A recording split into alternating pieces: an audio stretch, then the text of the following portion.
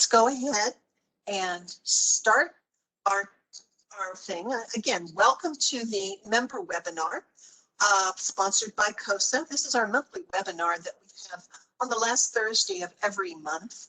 And so today our topic is the Advocacy for State Archives.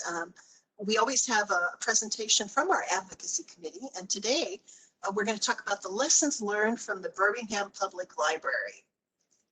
So basically, here's what we're going to be doing. I'm Lisa Johnston, and I'm the Administrative Coordinator for the Council of State Archivists. And so I will get us started on this, and then I'm going to turn this over to our presenters. And then after we have the presentation, we'll have time for questions and answers. So as you think of your questions, go ahead and type them in chat, and we'll capture them, and then we'll ask them here at the end of the presentation. So I am very pleased today to introduce our speakers. Our presenters are Steve Murray. Steve is the director of the Alabama Department of Archives and History, the state agency that serves as the permanent repository for state government records, a special collections library, and the state's history museum. Steve became the director in 2012 after serving for 6 years as assistant director for administration.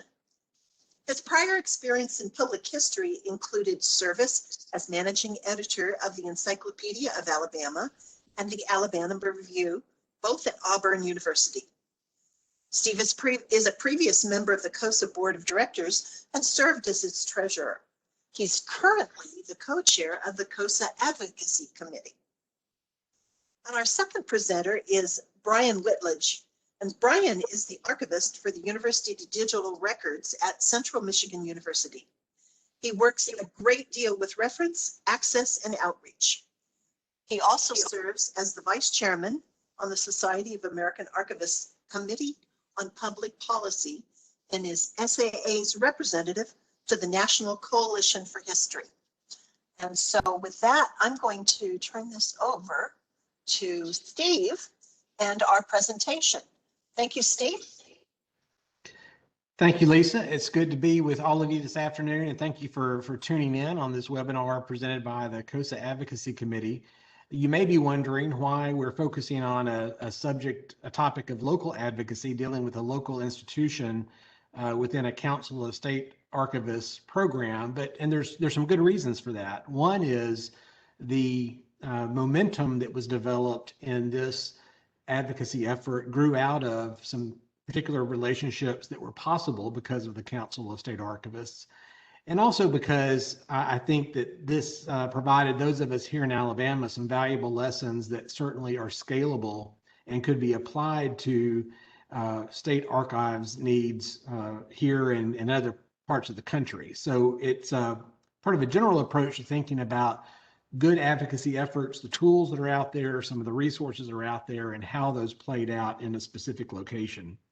This story that unfolded in Birmingham, Alabama, and the rest of the state last August and September of 2020 involves several important groups of people that include community members, statewide allies of the archives and library communities, as well as national organizations who were coming together and developing, as I said, an approach to a specific problem related to the pandemic and budget shortfalls that are actually quite scalable and can be applied to a lot of different situations. And we learned some valuable lessons in the process of working through this particular problem. One of the lessons that we learned, just to note at the outset, because it has important bearing on the way this unfolded, is that even the best organized, most responsive advocacy effort by partners can only do so much when it runs into a situation where the government entity that you're advocating toward is at odds with itself. And there's never rarely will there be two players on the field, so to speak, in an advocacy issue where you were trying to convince someone to develop policy or spending or positions that are beneficial to your organization. There are multiple entities that are out there, And sometimes their motives are not entirely clear to us. Sometimes their motives may have nothing to do with us in particular in the way that we do our business or serve the public or what our needs are. But I think it's helpful to keep in mind that there's always multiple pieces on the board, so to speak, and we have to do the best we can under the circumstances and recognize when we've reached the limit of what we can do, and we have to let some of those other forces work out in their own purposes and resolve their own differences. And that was part of the story in Birmingham. I want to start just by giving you a little introduction. Those of you who may not be familiar with Alabama, just a little bit of a refresher on where we are and how this story fits into the history of the state. These are all the major metro areas in Alabama, and the four largest ones all sit on a I-65, which runs north to south through Alabama.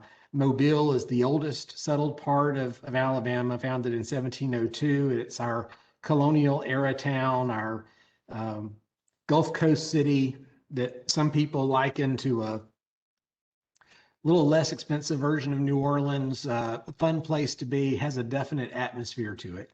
I'm in Montgomery, which is the state capital and was established in 1819 as part of the rapid settlement and expansion of the Old Southwest as the U.S. was moving into this part of the Southeast as part of the cotton boom that was quickly emerging. And Montgomery certainly played an important role in the antebellum era through the Civil War, civil rights, and other events as well. Then Birmingham, up here in the kind of the just upper half of the area, is not really that old as a community, relatively speaking. It was not created until 1871, and we'll talk about why in a few minutes, but it was part of this rapid industrialization of Alabama and other parts of the South in the years after the Civil War, and it developed specifically because of the location of three essential resources needed to support coal or needed to support iron manufacturing, and those being coal, iron ore, and limestone. And so Birmingham has a very specific history tied to industrialization. It became known as the Pittsburgh of the South and helped Alabama to become the most industrialized state in the South by the turn of the 20th century. So there's a story in Birmingham of explosive growth, rapid development of wealth on one track of its social development, while a working class made up of diverse groups had a very different kind of experience. But Birmingham has reinvented itself multiple times over the years since, and we'll get into that a little bit more as well. And then just not to leave out Huntsville at the north end of the state. Huntsville was a tiny agricultural hamlet all the way up until World War II, when investments, until the establishment of the TVA during the New Deal, and then World War II investments turned it into a military and scientific center. And Huntsville, of course, became known as the Rocket City, and is maybe best known as the place of where our space program developed and matured. But just wanted to give you a little bit of an orientation there as we get into this story. Let me be sure I click the right button. This is the Lynn Henley Research Library, a unit of the Birmingham Public Library system. The building in the foreground is the subject of our talk today. It was in a building that was dedicated in 1927, and it was the main library in Birmingham for many decades until the new central library, which you can see in the background there, that glass structure, is now the central branch located right across the street from the original library building. So the 1927 building became known as the Lynn Henley Research Library when the main branch moved out. And it houses administrative offices, the library's IT department, as well as two extraordinary research facilities that we will be talking about. And just to note today, all the images I'm using are courtesy of the Birmingham Public Library unless they are noted otherwise. The two departments that are housed related to historical functions within that building are the Department of Archives and Manuscripts, very important research organization and facility here in our state, housing somewhere around 30 million documents and about 500,000 photographs in their collections.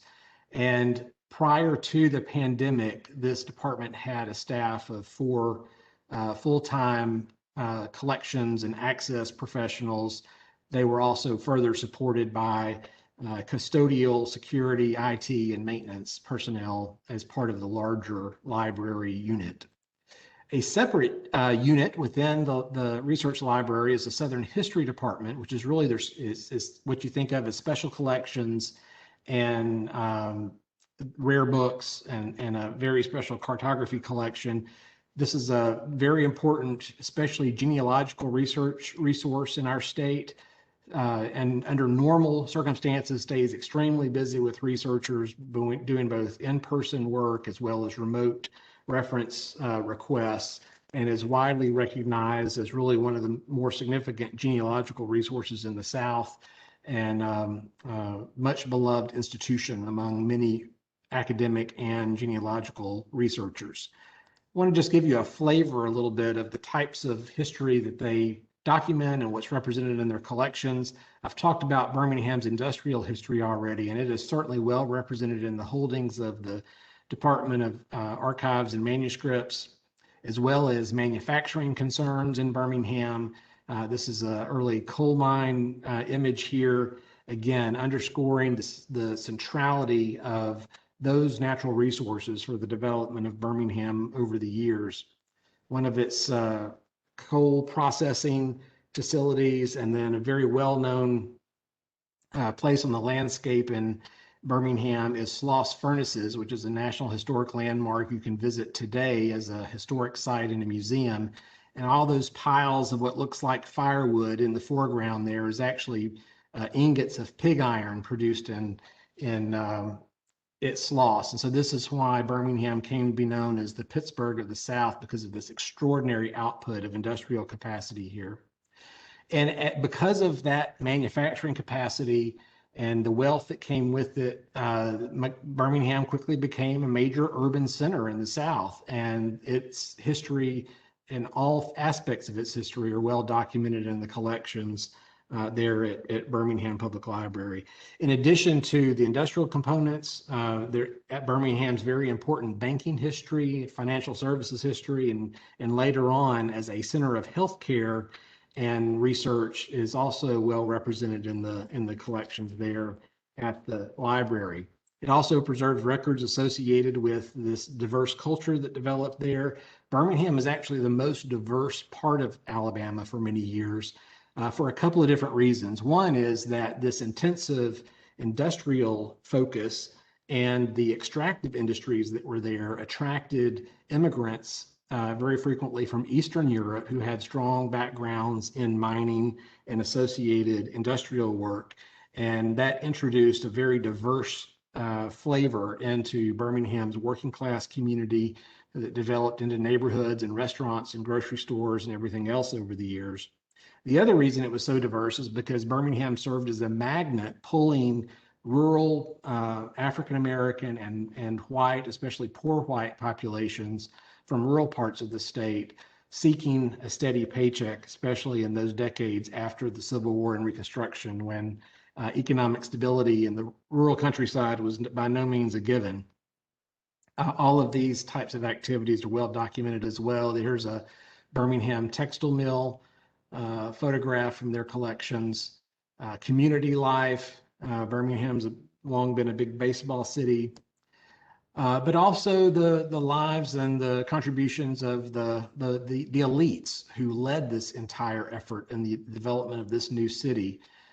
They have a special significance for the history of the public library and the collections that are represented there, and even the homes where they live. This is an architectural rendering of a home built over the mountain, which was kind of in the red.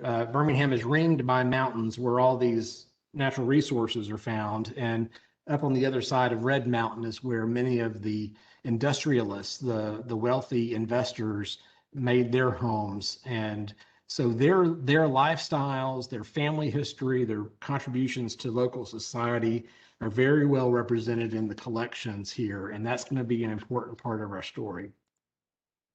Those same families contributed to the growth of the special collections in the form of rare books and a cartographic collection that is really world class. Much of this grew out of the collection of one specific collector who donated to the city, and it has grown over the years to become just a fantastic assembly of whole range of cartographic materials.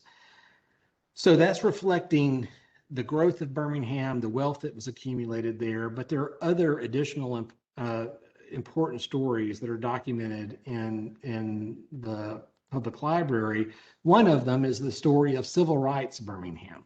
And this is a city jail record from April of 1963 showing Martin Luther King's and Ralph Abernathy's time in jail there. This is the window of time when King would write the letter from Birmingham jail. This is just one example of many. The civil rights collections there are just extraordinary. A photograph here of the bombing of the 16th Street Baptist Church, as well as documentation of African-American community life of all kinds. And just an incredibly rich cross-section of Birmingham life and culture represented here. Then there's a third general group, and I'm painting with a broad brush by kind of grouping these into threes, but that's kind of how we thought of it during our initial advocacy work, with the third being what I call a new Birmingham. And this is the Birmingham of the last 40 years or so, where it has maintained a very popular place for young people to congregate and to gravitate, lively social scene, and importantly, a place of where the LGBTQ community in Alabama has developed and had very strong networks within the communities, and had political organization efforts and community newsletters that the Birmingham Public Library has been collecting for a long while, but has accelerated those efforts in recent years with an organization that I'll mention here in a moment. This is another, maybe one of my favorite photographs on their website, is from the 1987 March on Washington for Lesbian and Gay Rights. And it may be about the most Alabama thing you can see. A group of LGBTQ rights advocates standing there with a banner with the state's motto, "We dare defend our rights," emblazoned upon it. That state motto was adopted in 1939 as a statement of the state's resolve to resist change, and especially as a tip of the hat back to the secession impulse and kind of the preservation of elite influence in Alabama. And so these folks have inverted that in a way that I think is wonderful, and said that, you know, we're Alabamians too, and we're going to dare defend our rights to be here, to be seen, and to be part of making a place for all people to live. Some of those materials have come into BPL through a partnership with the Invisible Histories Project, which is a regional effort to document and bring together materials related to LGBTQ history. So that's kind of a long introduction, but important to our story, and thinking about how we activated different stakeholder groups in supporting BPL when very suddenly last August of 2020 it hit a terrible crisis. And that was because, like many municipalities around Alabama, around the country rather, Birmingham was seeing a dramatic loss of revenue, especially from business taxes, lodging taxes, and sales taxes. Birmingham's become a very important center of cultural heritage tourism, commercial conferences, professional conferences, relies heavily on people visiting Birmingham to support its economy. And the pandemic had a terrible effect on that, creating a $63 million shortfall in what was going to be the FY21 budget when the city was preparing this late last summer. This is where kind of the murkiness and the fog that's on the field comes into play, because the city made the decision to concentrate a disproportionate amount of those budget cuts on two city departments, being the public library system, which had 19 branches, including the one that we're talking about at the research library, and the Parks and Recreation Department. And the reasons for that are complex. The reason that the library was so involved is in part because of some ongoing differences of opinion between the mayor's office, the city council, and the public library board. Those relationships had already been strained by the pandemic. Some of it had to do with the way that the library board was using resources in the face of obviously declining city revenues. It had to do with disagreements about whether some branches of the library should be open or not to the public, and whether what this library was doing to provide virtual services and curbside pickup, for example, for circulating materials was sufficient. So this is all mixed up into a story of city politics that in many ways was much larger than the story of the Department of Archives and Manuscripts and the Southern History Department. But our concern as a community immediately upon hearing this was that this is where our attention went as a network of professionals and supporters of that institution. So with this announcement in late August came the news that probably all but 7 of the 240 employees in the public library system would be furloughed indefinitely as a response to the $63 million shortfall. And the rationale provided was that the libraries are not serving the people in person, so why shouldn't they bear the brunt of these furloughs? This was a shocking development that had kind of swept through the state community. And as often happens, anytime history is threatened, the genealogists were really the first ones on the scene. Within a day of that initial announcement, the email chains were abuzz and circulating broadly throughout the state. And within a couple of days, several of us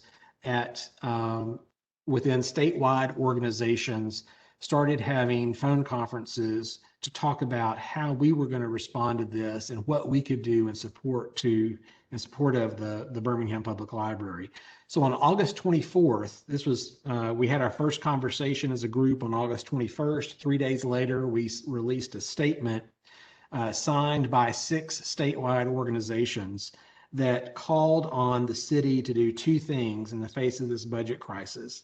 The first was that it was essential, and just to underscore this, by furloughing almost all the public library staff, what that meant was, as far as we knew, literally locking the doors, turning off the lights, and walking away from the collections for an unknown period of time. So that was the scenario that we were responding to. And this statement called on the city to first maintain a presence of experienced staff within the research library to provide for the safety of the collections and to make possible the resumption of services at some point when the city's financial situation improved. We were making the argument that you've got to provide a bridge of services to be sure that they aren't lost to water intrusion or security breaches or pests or any of the other number of things that can go wrong in a repository. And then secondly, that when the crisis abated, recognizing that it wasn't going to go away immediately, but when the crisis abated, calling on the city to address any deferred maintenance issues that had accumulated in the meantime and to prioritize the rebuilding of the staff, knowing that kind of disruption of staffing, once people are furloughed, they really don't know when or if they might get their jobs back, and reasonably would go be looking for employment elsewhere. So there was a very real prospect of a significant breach in institutional knowledge and memory that could take place. And so we were saying, you've got to provide a minimal level of management through the duration of the crisis, and then when it's over, rebuild as quickly as you can. So then we went on to cite some specific reasons about having concern about the public library system as a whole. We certainly did, but there were entire neighborhoods of people and parents and educators who were advocating on behalf of the general library services provided at the branches. We were focusing on these 2 departments and what they meant to Birmingham as a whole. And so we laid out what's special about these institutions. And the first being they include unique, irreplaceable materials that are essential for understanding the experiences of Alabamians and the special story of Birmingham. That thousands of people come to BPL every year, many from within the region, but others from all over the country and even the world, to find information on the histories of their families and the way that they connect to the history of Alabama communities. The third was that the collections in these departments represent a commitment made by Birmingham Public Library in the city of Birmingham to exercise proper stewardship on behalf of the public. That is a commitment that all of us make who work in collecting institutions. And the city had a responsibility to honor that, knowing that we were in a crisis and that some things were going to have to be cut back, but there needed to be a minimal level or an adequate level of the maintenance of those stewardship responsibilities. And then finally, but by no means least importantly, Birmingham Public Library serves as the official repository for the city of Birmingham and Jefferson County government records.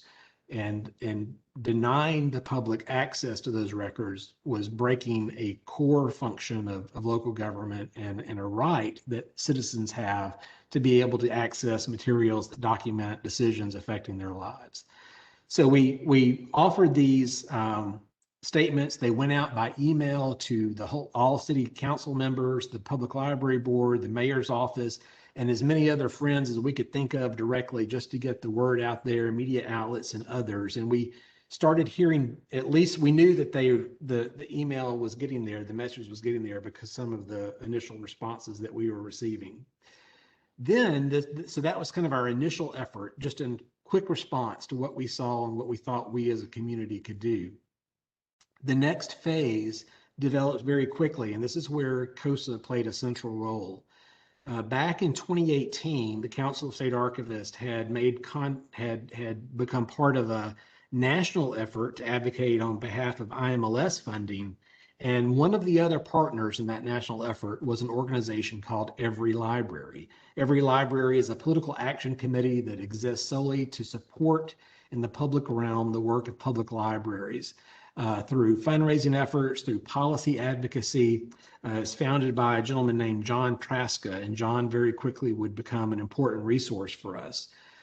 CoSA had made that connection in 2018, and the Advocacy Committee, as part of its overall larger effort to think about how to improve our advocacy capacity, had been talking about how can we connect with that organization and see what they can do. They had come to CoSA saying they wanted to be of service. The Birmingham scenario landed last summer, and we saw it as an opportunity to try out a new relationship with EveryLibrary and see where this might go. And it quickly became very productive, and they were extremely responsive. The type of scenario we were looking at was attractive to them because it was something that could easily happen in other communities around the state, because it addressed a very specific need that we had identified, which is to make sure that those collections are protected if the library system was going to shut down for any period of time. So within a few days, we were on a conference call with John Traska of EveryLibrary and an emerging network of stakeholder groups that has started to develop. And you can split those, think about those stakeholder groups and advocates in three general groups. The top left, those are our statewide advocates, the groups that had issued that initial statement on August 24th. The top right, we started receiving the attention of multiple national organizations, EveryLibrary being one of those, but very importantly, the Society of American Archivists, through two channels, became involved in our conversations. One was the Committee on Public Policy, which is SAA's primary advocacy arm for working with government on archival issues. And then secondly, the Public Library Archives and Special Collections section, which is a community of practitioners in that area of archival work who were very interested in this issue as well. Separately, the American Library Association initiated its own effort. It was looking more globally at the Birmingham Public Library system than just the archives and special collections, but they were an important voice, and that distinction may have been lost on city officials, but they were helpfully circulating letters as well. All those top two boxes represent a lot of kind of intellectual and organizational capacity and power, but when it comes to convincing government officials that they need to follow a particular path or support an institution in a specific way, ultimately, and I don't think it's paint with too broad a brush to say this, local government officials don't really care too much about what a statewide membership organization has to say, or what a national professional organization has to say. What matters to them are their local stakeholders, the members of their neighborhood associations, the local neighborhoods and parents and the people that they hear from. So that bottom box is the key to this whole advocacy effort, making sure that they were going to hear from those people in a unified way with a special and very focused message. This is what John Traska helped us to formulate, this approach of using the authority and the information and the advice that can come from these statewide and national organizations, but channeling it through the local stakeholder communities that are going to matter the most to city officials and library board officials.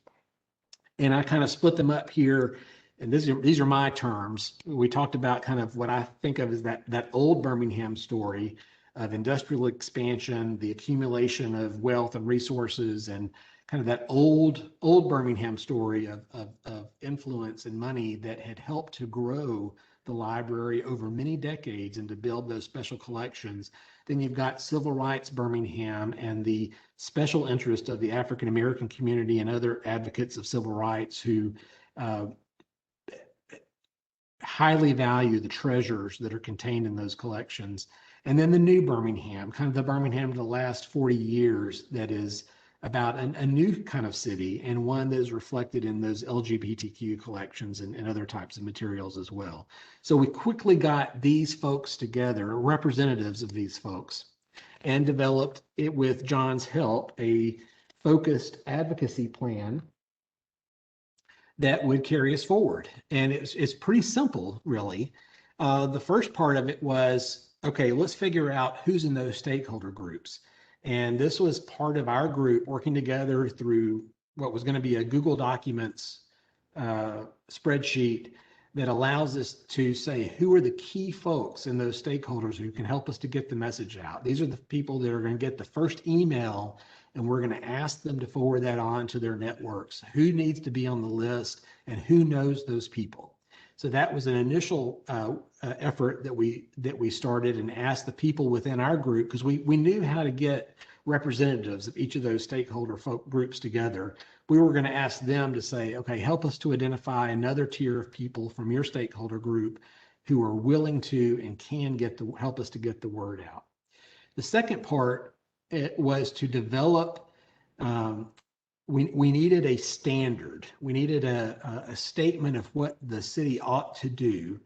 And John recommended to us that take the form of a memorandum by some third party, and it was going to be the Department of Archives and History, that could speak with authority about what do best practices and industry standards say about what ought to happen when we're talking about the health and safety of the collections, and the capacity of the institution to continue providing public services.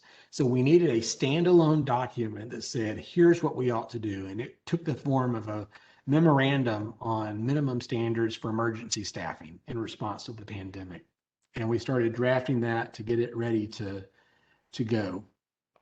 The third part, once that was ready and we had our stakeholder list assembled, was to circulate an open letter to the stakeholder communities, speaking with a single voice, saying, here's the crisis that confronts the city. We know you know about the larger issues being faced by the public library and its branches, but you may have overlooked what the very specific threat that exists for the archives and special collections and why we're concerned about that.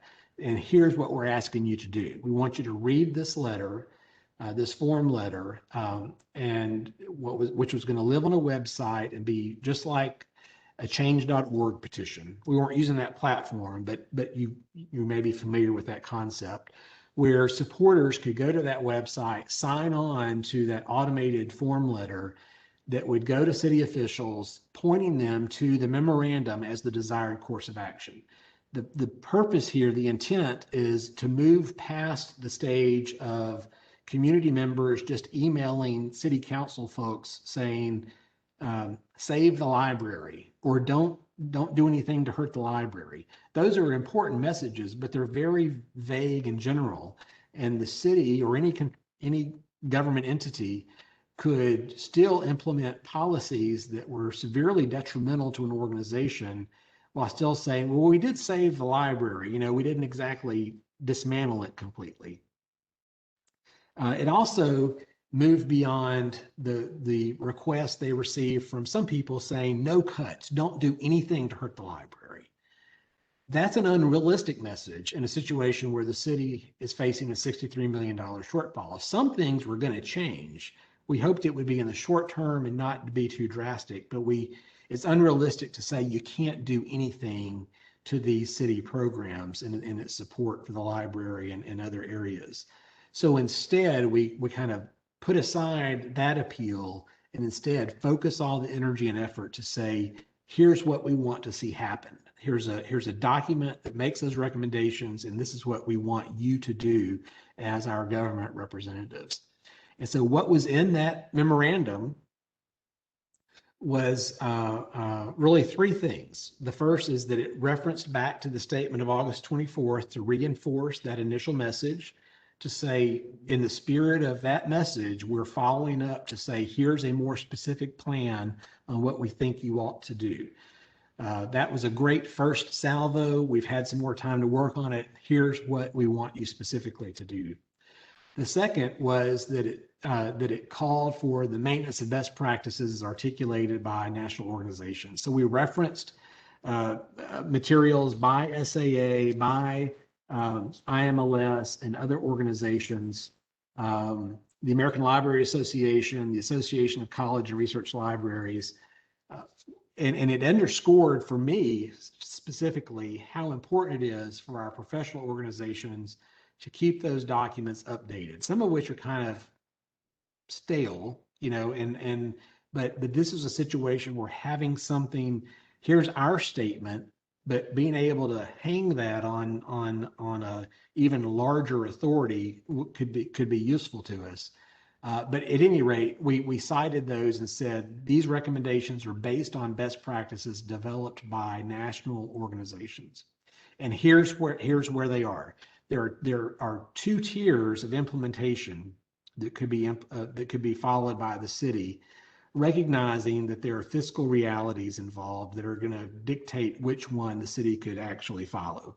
The first being maintaining, tier one was to maintain the integrity of collections and providing time-sensitive access. The argument being you cannot just lock the doors and walk away.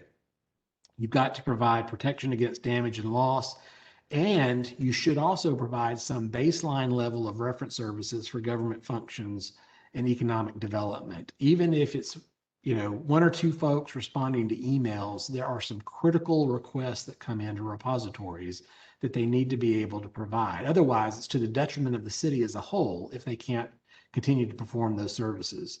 And then the tier two, which is the preferred tier, is what does it take to maintain full public access through to both of these sets of collections.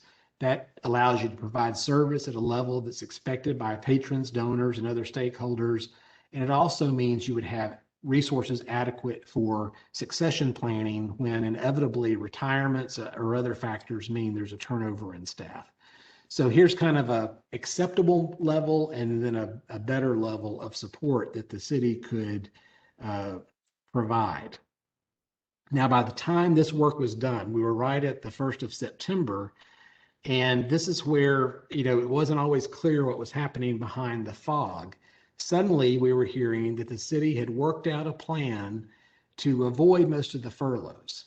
So we actually were right up to the point of pulling the trigger on activating everything that I've just laid out for you. We decided to put it on hold because we were listening to those community stakeholders and what they were hearing from city leadership about what's the best path forward at this specific moment. And it seemed to be, let's pause for a second and see what happens and if they're really able to work out this solution or not. Well, throughout September, it was like a yo-yo, really. And clearly the mayor and the city council were not on the same page. We continued to decide to keep our powder dry until we could get a better idea of what was going to happen. But we were hearing that those initial efforts that came from us and from other local supporters were getting some attention of those in city government. And then by later in September, we had a reversal of course, reversal of the path that we thought we were on, when the word came down finally that it wasn't going to be all employees furloughed, but also not a minimal level. 75% of the Birmingham Public Library system's employees were going to be furloughed, and that actually happened, and then happened quickly. We again decided to kind of follow the lead of the local supporters, recognizing that under the circumstances, we may not get too much better than what we had. And in reality, this scenario actually was in alignment with what we had wanted to achieve in that first August 24th statement of saying, you've got to have a minimal level of staffing in place to be able to ride this out. And what that meant was really essentially one person in each of those documents, in each of those departments, but they were able to provide security and management of the collections and provide a minimal level of access services to the public. It continued on that way until December, when because of some other changes that were happening politically and with the administration of the library system and the leadership of the board, the city was able to bring people back. And a lot of us felt like this member of the city council looks like, what have we just been through? More importantly, what have the employees of this library system been through in the last several months? But they were able to bring back almost all of the full-time employees. And so the worst part of the crisis seemed to be averted. And moving past that, we started thinking about, okay, so what have we learned and how do we prepare for this when it happens next time? And quickly, because I'm exceeding my time here, you can see on the screen here, these were some kind of conclusions that we drew about what we ought to be doing at local levels throughout the state to be on guard for additional crises at local archives.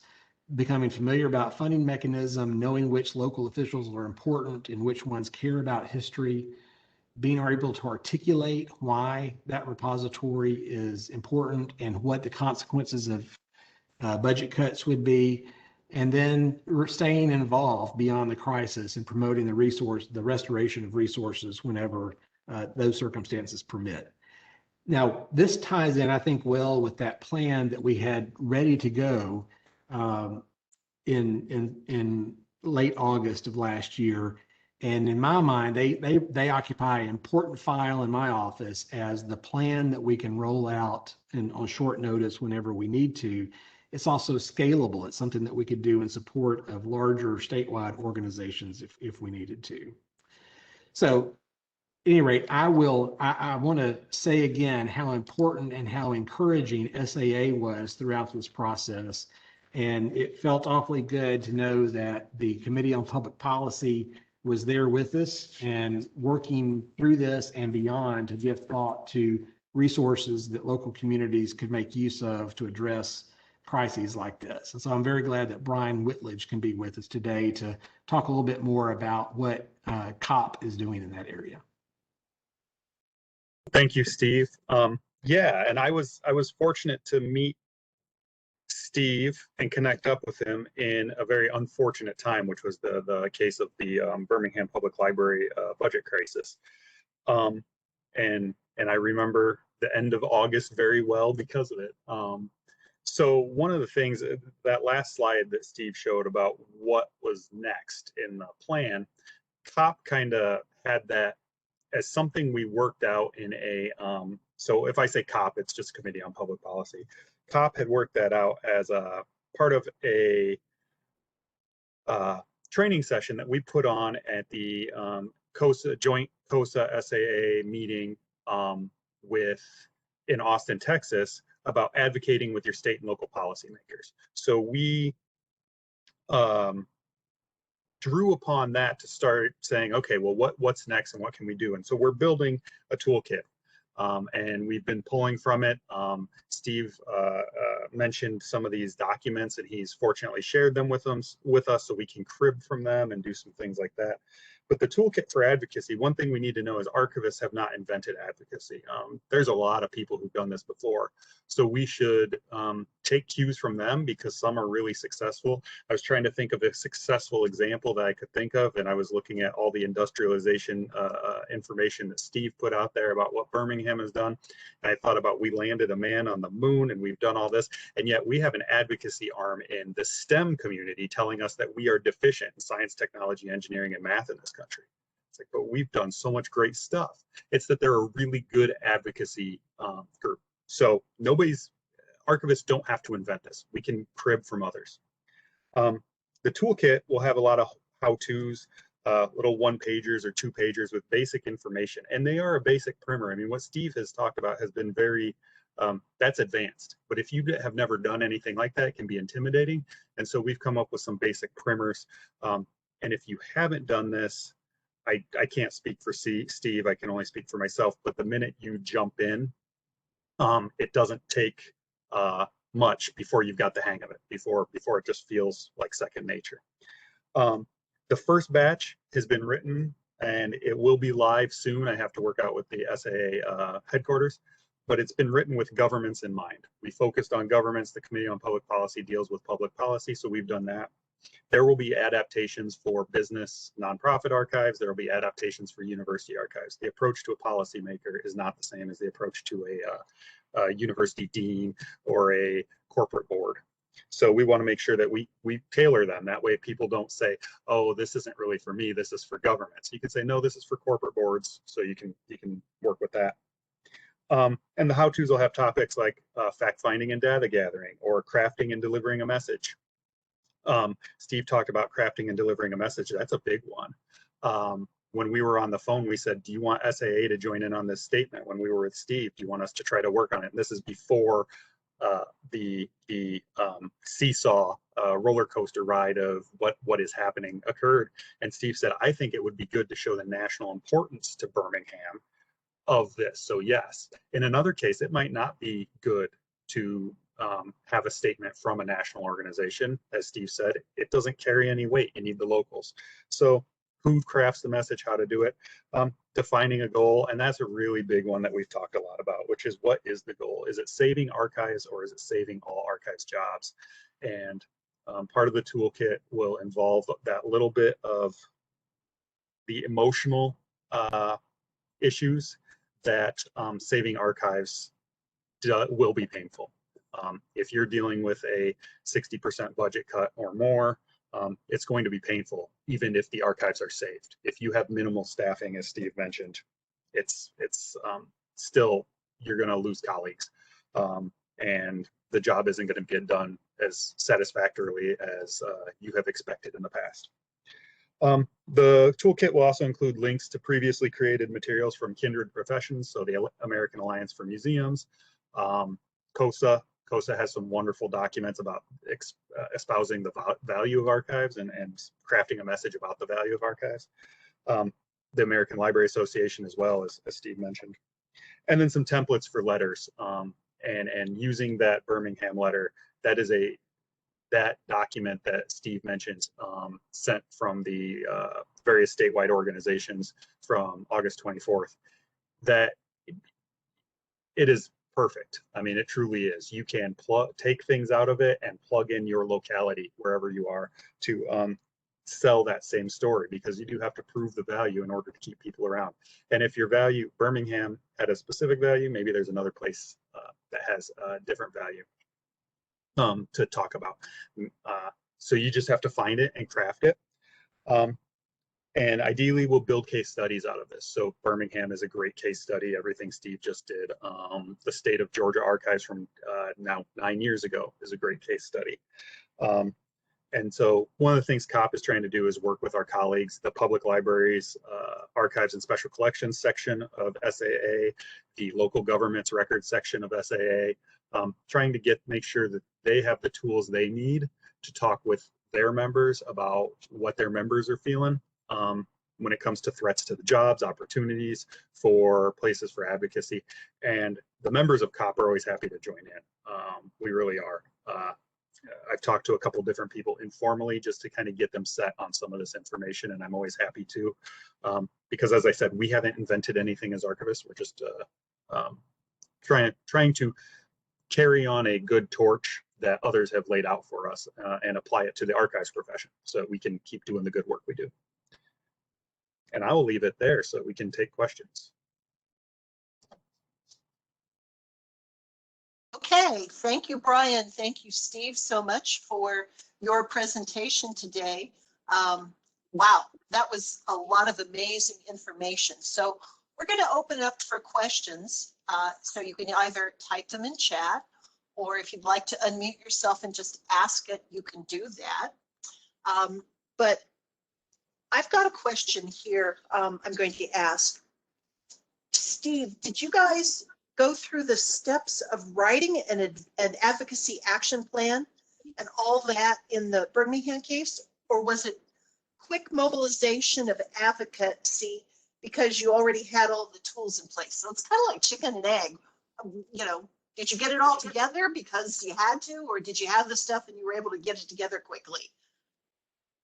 Well, I would say there was not a firm game plan in place, I'll put it that way, but I think certainly several of us who were involved in that initial discussion had some other experience, you know, in one venue or another related to advocacy. So the idea of some of it's kind of basic good communications, you know, clarity, understanding who your audience is, and being sure that you're articulating your message well.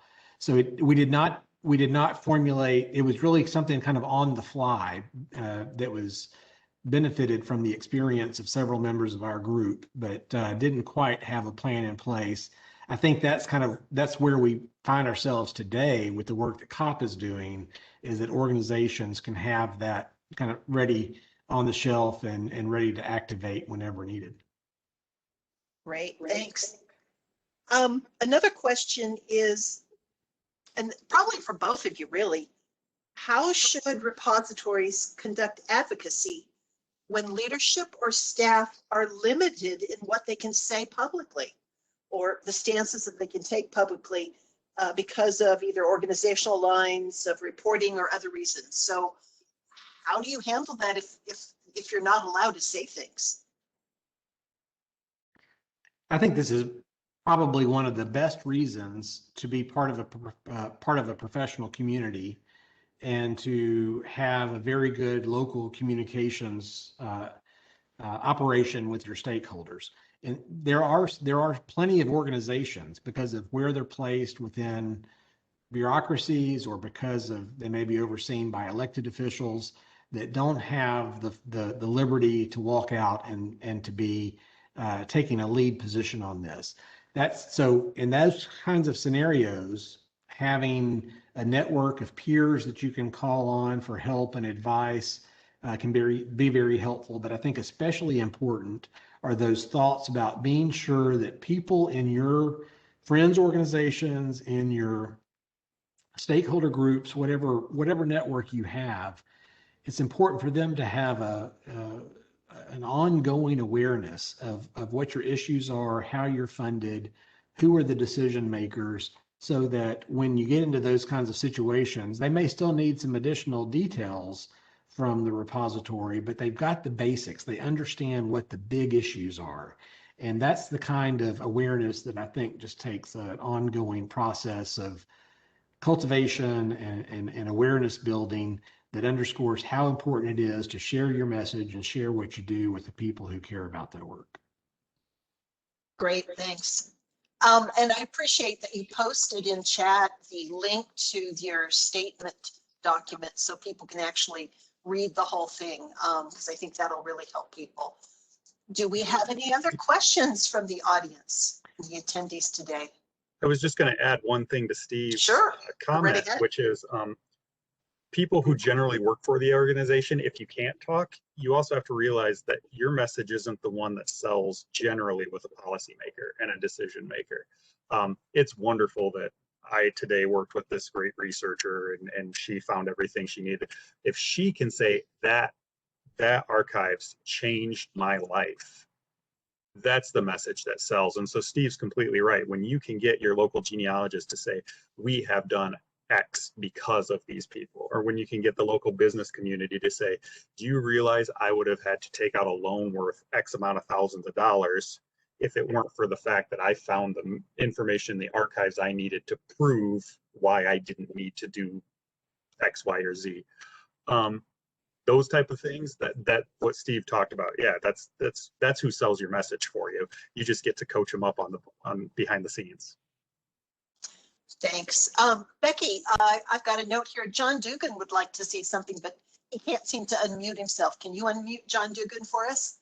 They did. My comment was really about everyone. You had said that go ahead and unmute yourself, and we couldn't do that. Okay. But if I can ask a broader question, it's really outside the scope of the presentation.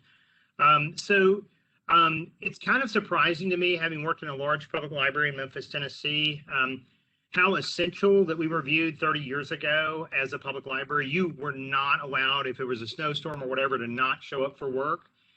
And in this crisis, it seems that the archives have taken kind of two paths with this, and the archives that stayed open and provided access and considered themselves to be essential and kind of operated in that sphere, those seem to have done very well. And then in other libraries and archives, and I can think of a very large one on the Eastern Coast, a lot of the support community there, the researchers, haven't provided them that support because they've been closed the entire time. So if you all could comment about those two philosophical approaches, maybe, both where they fit here and in advocacy in general. Yeah, that's a good, interesting observation, John. I think that, to my knowledge and thinking about what's happened in the past year, part of it, I think, is a messaging problem and a communications problem, because even many of those institutions that have been closed have been able to, in the absence of serving in-person researchers, the staff have been liberated, so to speak, to operate much more efficiently in fulfilling online or email requests for information. So there's less time spent helping researchers kind of hand in hand to develop the skills to do this, but instead to respond to a larger, an increasing number of online requests that people are submitting because they couldn't get there. And I think that's difficult sometimes for management to understand and to see what's been happening behind the doors, so to speak, during the pandemic. That's just one initial thought that I think that certainly that was happening in Birmingham, and I know other institutions as well. Here we had kind of a hybrid of that, where we were much more productive in terms of being able to answer requests remotely while also having a scaled back in-person services. But Brian, what would you say? I think there's an expectation with the online type of resources that are available from management that they just magically appear.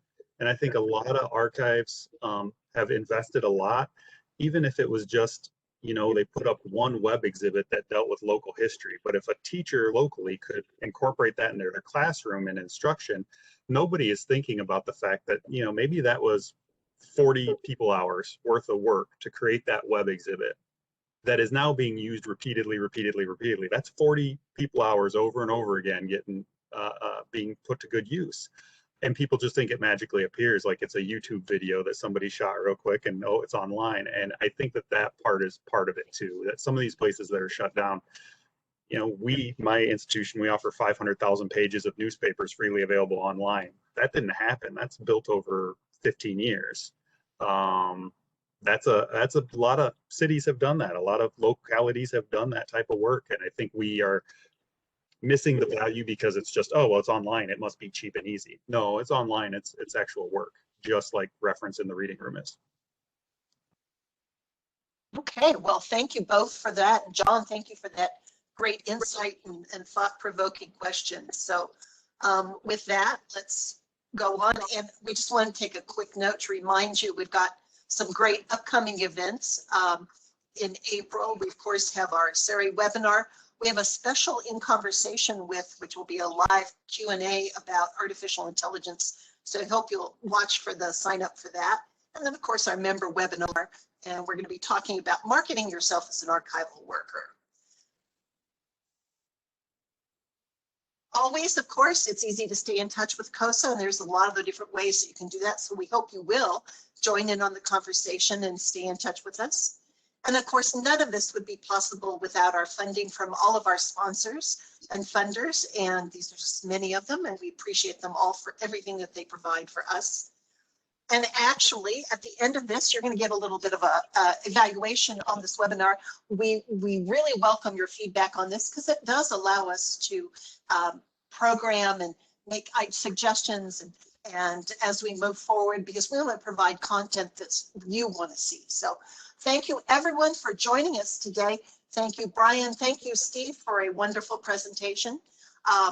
Everyone, we hope you have a great rest of your week, and we'll see you next time. Thank you so much. Take care. Thank you.